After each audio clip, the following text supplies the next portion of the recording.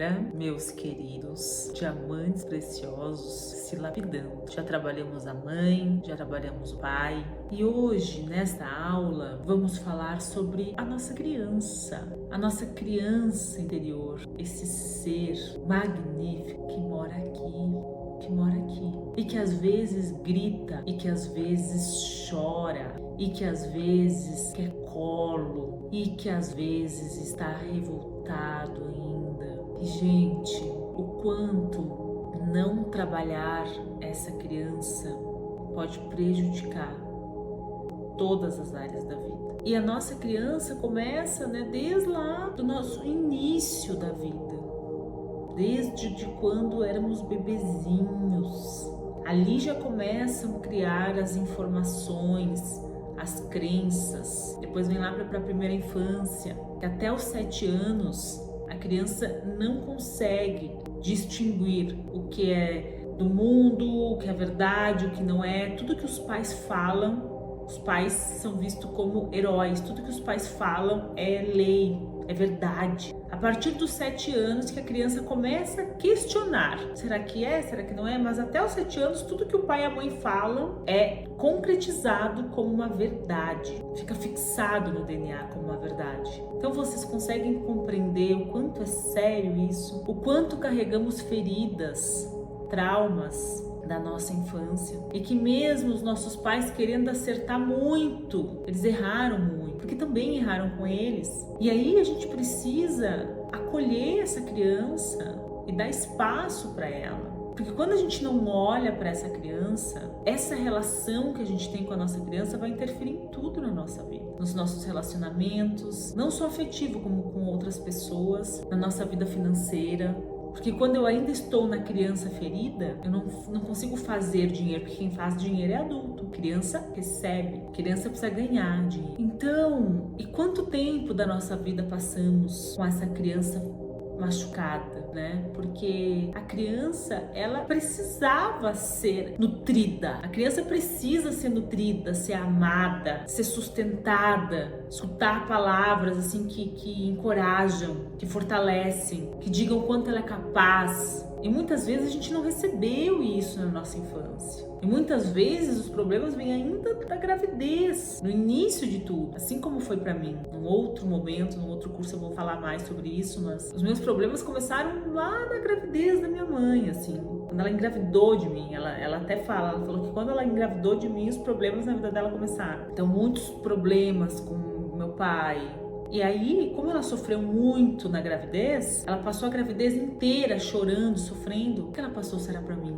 Tristeza, dor, sofrimento. E aí a minha vida era um sofrimento, mesmo tendo tudo, assim, era um sofrimento, era uma dor, era sempre uma dor. E aí eu fui buscar nas terapias, nos tratamentos, E aí fui entender que era da minha criança que tinha recebido, que foram os primeiros sentimentos que a criança recebeu. O primeiro olhar, o primeiro amor, isso tudo fica registrado. Então, muita terapia de voltar pro útero, de limpar, de liberar das memórias. Então, é muito importante que a gente olhe para dentro, porque quando a nossa criança ela está ferida, ela está machucada, ela está revoltada, a gente se torna adultos revoltados com o mundo, com o outro. Quando a nossa criança, por exemplo, foi rejeitada, a gente sente essa rejeição nos relacionamentos, a gente sente essa rejeição no meio social, a gente sente essa rejeição. Porque, na verdade, a criança se sentiu rejeitada. Então, tem que trabalhar isso dentro, tem que olhar para dentro,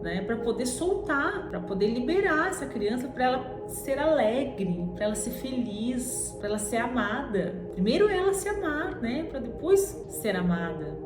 Então esse trabalho conduzido também pelo áudio na meditação, ele é muito profundo. Eu peço que vocês se entreguem para a energia poder fluir, para você se colocar em contato com a pessoa mais importante da sua vida, que é você, que é esse serzinho. E muitas vezes a gente está presa na nossa criança e precisa acolher, cuidar, ficar com ela, Dizer para ela assim, eu cresci, quem vai cuidar de você sou eu agora. Muitas vezes também acontece de pular fases, pular etapas. Às vezes a criança precisa assumir responsabilidades já da vida adulta e aí atropela as fases. A criança que era para ser criança, que era para brincar, brincar, não consegue brincar, tem que cuidar dos irmãos, tem que assumir uma postura adulta. E aí como que fica essa criança que não brincou, que não teve o espaço dela? Fica uma criança magoada, uma criança triste. Então observa como que você se sente assim diante da vida.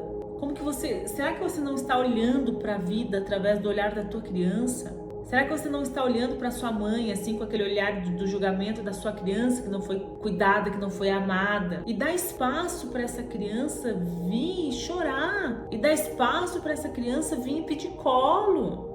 E dá espaço para essa criança receber o acolhimento, a nutrição, a atenção que ela quer. Porque quando a criança não recebe essa atenção, esse amor, ela tem necessidade da aprovação do outro, da validação do outro, de ser vista, da atenção. Porque não teve. Aí tornam-se adultos que não se amam, que não se aceitam, que disputam, que competem, que se tornam dependente emocional do outro. E assim uma série de padrões que se repetem.